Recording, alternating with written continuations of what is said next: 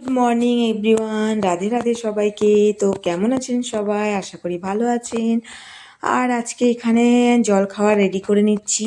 তো একটুখানি বাঁধাকপি ছিল, এটা ভাজা করে নিয়েছি কাঁচা লঙ্কা আর কালো জিরে ফোড়ন দিয়ে, আলু দিয়ে। আর এদিকে আমার চা করে নিচ্ছি, আর এদিকে আটাটা মেখে নিচ্ছি, কারণ আজকে উঠতেও দেরি হয়েছিল, যার কারণে সকালে বাসি ঘর ঝাড়টার দিয়ে কাপড় ছেড়ে নিয়ে জল খাবারটা এখন করে নিচ্ছি।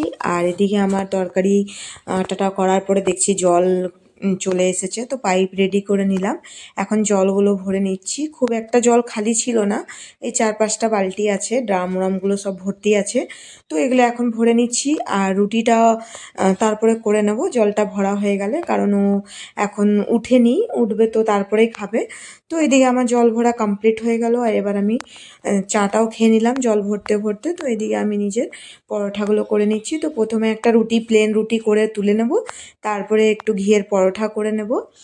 আর আজকে কিছুদিন ধরেই আমাদের খুব ঘোরাটোরা লেগে আছে, কোথাও না কোথাও ঘুরতে চলে যাচ্ছি। আর একটু ব্যস্তও ছিলাম, কারণ একটু মানে আমার হাতে না অনেক 2-3 দিন ধরে খুব ব্যথা হচ্ছিল রিস্টে।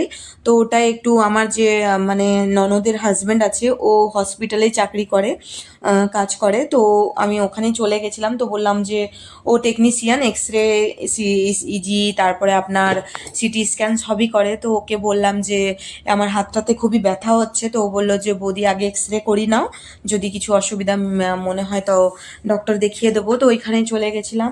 তো ভিডিওগুলো আমার ঠিক মতন করা হচ্ছিল না। তো এদিকে আমার কথা বলতে বলতে দেখুন পরোঠা হয়ে গেল।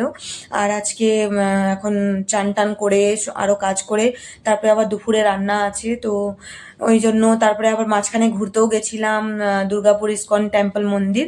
তো ওইটা আগে একবার গেছিলাম, তো ওখানে বন্ধ হয়ে গেছিলো, তা বলে ঠাকুরের দর্শন হয়নি। তো কালকে গেছিলাম, তো খুবই ভালো লাগলো, পুরো দিনটাই খুবই আনন্দতে কেটেছে।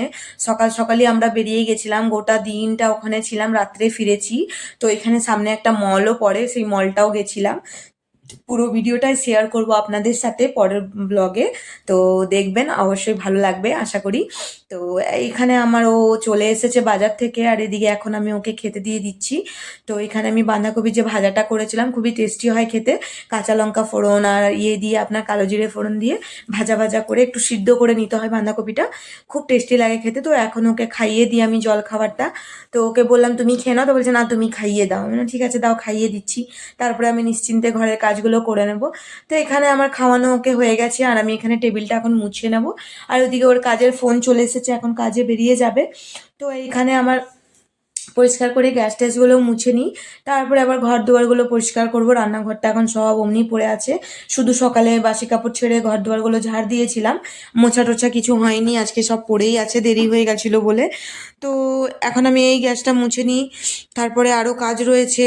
আর এদিকে আমার যেখানে বাসন ধুই সেই জায়গাটাতে এত রোদ চলে আসে, যে এখন গরমের দিন, মানে হালকা ফুলকা এখন গরম পড়েছে, আরও বেশি যখন গরম পড়ে তখন একদম মানে ওখানে কাজ করা যায় না, থাকা যায় না। 11টার পর থেকে ওখানে বসাই যাবে না, কাজগুলো করে নিতে হবে। আর এবার আমাকে একদম ভোরে ভোরে ওঠার চেষ্টা করতে হবে, কারণ রোদ উঠে গেলে কোনোই কাজ করা যায় না, প্রচুর রোদ লাগে।